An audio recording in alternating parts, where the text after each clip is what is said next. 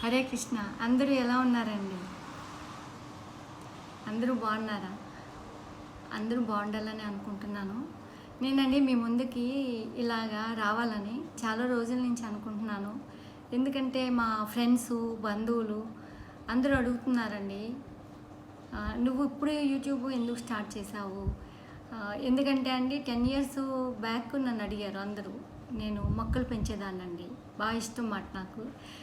దానికోసం చెప్పి అందరూ నన్ను అడిగారు, నువ్వు యూట్యూబ్లో పెట్టొచ్చు కదా మొక్కలు గురించి అని. కానీ నాకు అంత నాలెడ్జ్ లేదండి అప్పట్లో. అంటే యూట్యూబ్ గురించి కూడా నాకేమీ తెలియదండి.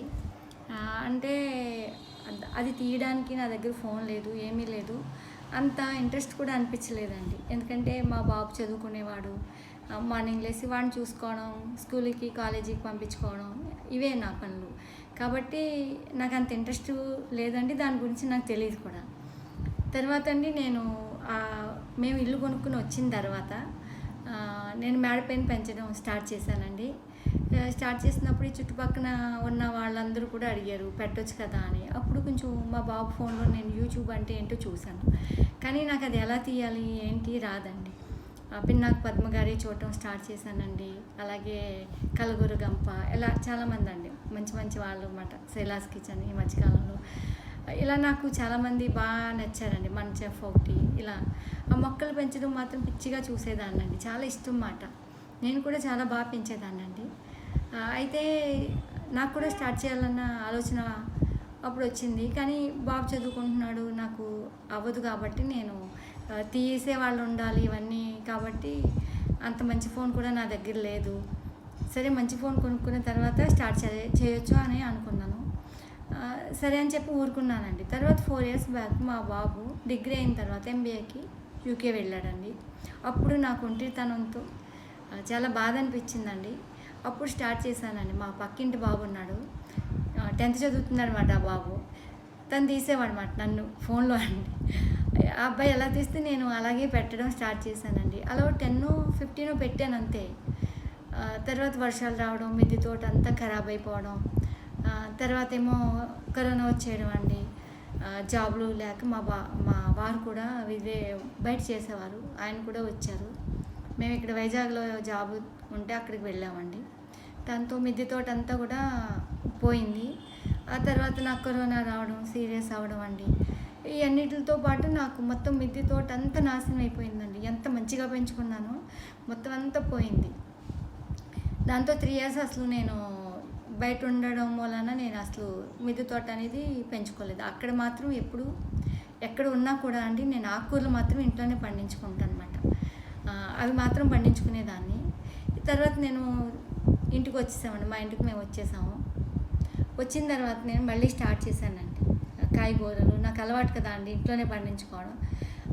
చిన్నగా మొదలుపెట్టి మళ్ళీ స్టార్ట్ చేశాను అనమాట అండి. సరే ఇప్పుడు స్టార్ట్ చేశాను కదా, ఈసారి బాబు యూకేలోనే ఉండిపోయాడు, చదువుకుంటున్నాడు. ఇంకా నాకు ఒంటరితనం అనిపించింది. ఏంటో అది డిప్రెషను, అలా ఇంకా చాలా బాధ అనిపించేదండి. ఏంటి పిల్లల్ని విదేశాలకు పంపించుకుని ఒంటరితనం ఏంటి అని. దాంతో మళ్ళీ యూట్యూబ్ మీదకి పోయిందండి. అవును, ఇవన్నీ చూసేదాన్ని యూట్యూబ్లోని. అందరూ హ్యాపీగా ఉన్నారు.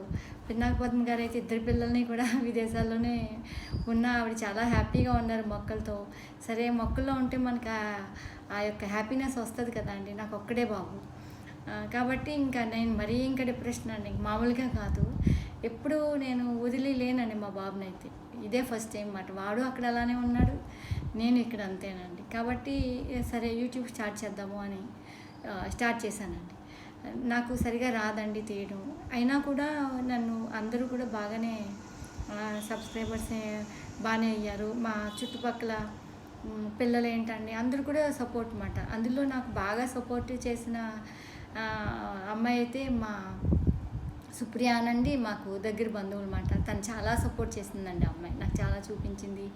అలాగే ఈ పక్కనే సాయి వాళ్ళ అబ్బాయి అండి, వర్షిక్ అండి. అలాగే మా ఆడబడుచు అన్నమాట, మా ఆడబిడ్డ వాళ్ళ బాబు ఇంకా చిన్నోడేనండి, 7th 8th చదువుతున్నాడు ఆ బాబు అండి. ఇలా చాలామంది అండి, చాలామంది సపోర్ట్ చేశారండి పిల్లలు కూడా నాకు. దాంతో నేను స్టార్ట్ చేశాను అన్నమాట. ఇప్పుడు ఇంచుమించు 925 మంది అయ్యారండి నాకు. దాంతో నేను మీ అందరితో పంచుకోవాలని, అలాగే నాలాగా ఒంటరిగా ఉన్నవాళ్ళు అసలు దిగులు పడొద్దనండి. పిల్లలు అక్కడ హ్యాపీగా ఉంటారు, ఇక్కడ మనం కూడా హ్యాపీగా ఉండాలని చెప్పేసి నాలాగా ఉన్న వాళ్ళందరూ నాతో కలుస్తారేమో అన్న ఆలోచన అండి. మాట్లాడుకోవచ్చు, హ్యాపీగా ఉండొచ్చు నాలా. నాకు ఇప్పుడైతే అండి ఏ బాధ లేదండి. నేను ఇంచుమించు ఒక 5-6 నెలలు అయితే చాలా డిప్రెషన్ అండి. ఇప్పుడైతే ఆ బాధే లేదండి నాకు. నేను పడుకునే ముందు ఆలోచించుకుంటూ ఉంటాను అనమాట. అమ్మా రేపు ప్రొద్దుట ఏం తీయాలి, ఈ యూట్యూబ్లో ఏం పెట్టాలి, ఇవే ఆలోచనలు అండి. తెల్లారి లేస్తే అదే ఆలోచన. ఈ ఆలోచనలతోటే నాకు టైం పాస్ అయిపోతుంది. సాయంత్రం 1 గంట బాబుతో మాట్లాడుకుంటాను. చాలా హ్యాపీగా ఉందండి ఇప్పుడైతే లైఫ్లో. నాలాగా మీరు కూడా ఒంటరిగా పిల్లల్ని విదేశాలకు పంపించుకున్న వాళ్ళు ఎవరైనా కూడా మీరు మాట్లాడొచ్చండి. మీ భావాలు నా భావాలు పంచుకోవచ్చు. అందరూ కలిసి హ్యాపీగా ఉండొచ్చండి. నాలాగానే ఏదో ఒక వ్యాపకం పెట్టుకోండి. నాకు ఈ యూట్యూబ్లో ఇలా మాట్లాడడం చాలా హ్యాపీ అనిపిస్తుంది. నాలాగా ఎవరు కూడా బాధపడకుండా డిప్రెషన్లోకి వెళ్ళకుండా బయటికి రావాలి దాని గురించి అని చెప్పేసి నేను ఈ వీడియో చేయడం అయితే జరుగుతుందండి. ఇప్పుడు నేను చాలా హ్యాపీగా ఉన్నాను. ఎందుకంటే ఫ్యామిలీ కూడా పెద్ద అయింది కదండి. మీ అందరితో ఇలా మాట్లాడుతూ రోజు నా టైం పాస్ అయిపోతుందండి చక్కగా. టైం అయితే అసలు తెలియట్లేదు నాకు. తెల్లారడం అలా సాయంత్రం అయిపోవడం. నాకు ఇందులోనే పైకి మేడెక్కానంటే 2 అవర్స్ పైనే ఉంటాను. ఆ చిన్న చిన్న మొక్కల్లోంచి కూరగాయలు కోసుకోవడం అదొక హ్యాపీ అండి. చాలా సంతోషం అన్నమాట అది. మేడెక్కానంటే కిందకి దిగనండి అసలు. చాలా టైం పట్టేస్తుంది నాకు.